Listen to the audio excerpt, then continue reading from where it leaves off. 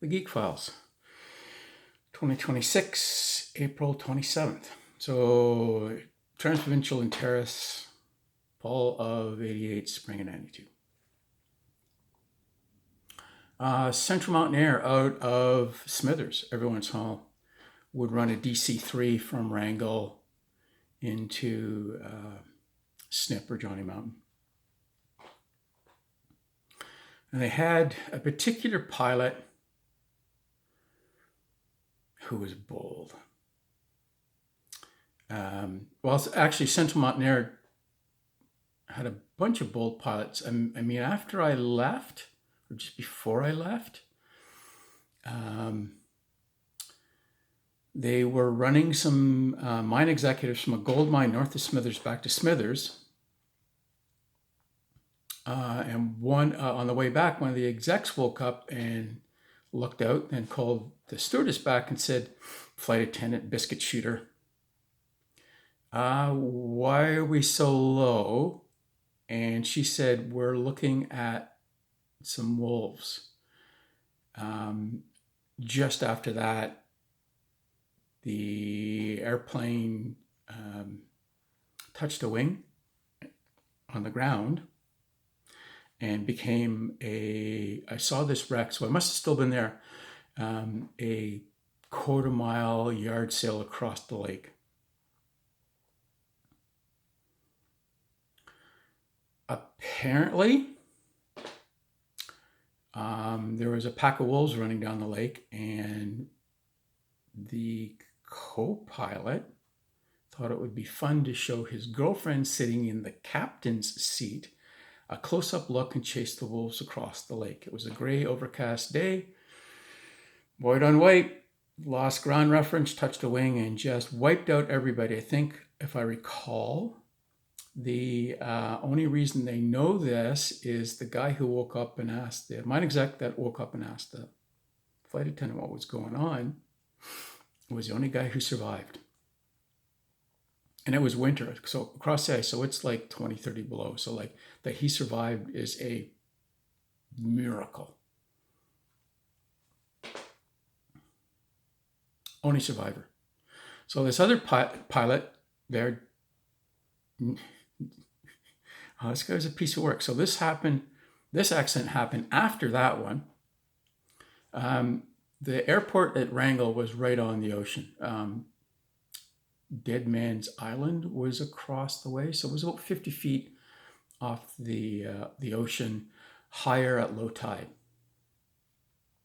And this particular pilot loved to break in new co-pilots by loading up the DC-3, taking off, getting barely enough altitude, and then doing a wing over and drop down, a wing over with a fully loaded DC-3, and then drop down to wave top level and skim it until he got across the way, then do a power climb up over the mountains and fly to Johnny Mountain.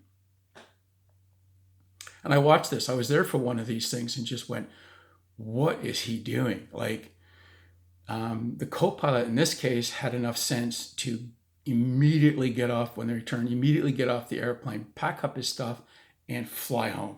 And which stranded the aircraft. So like they lost the rest of the day and however many other days it took to scare up a co-pilot for this guy. Central Mountain kept this guy on.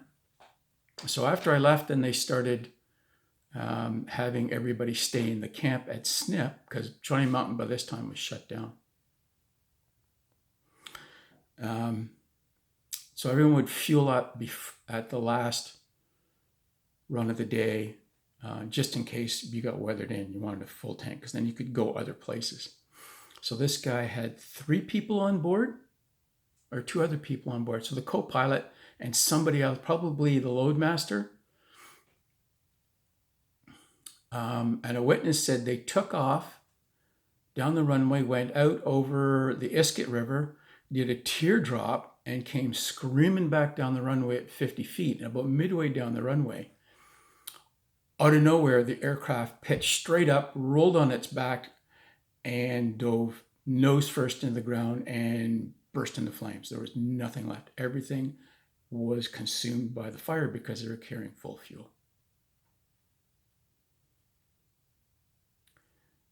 No passengers.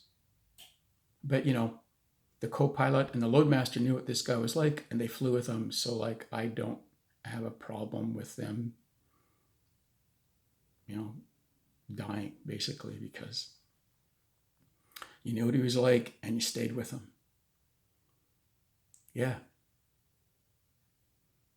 I was thinking about this the other day, the number of people.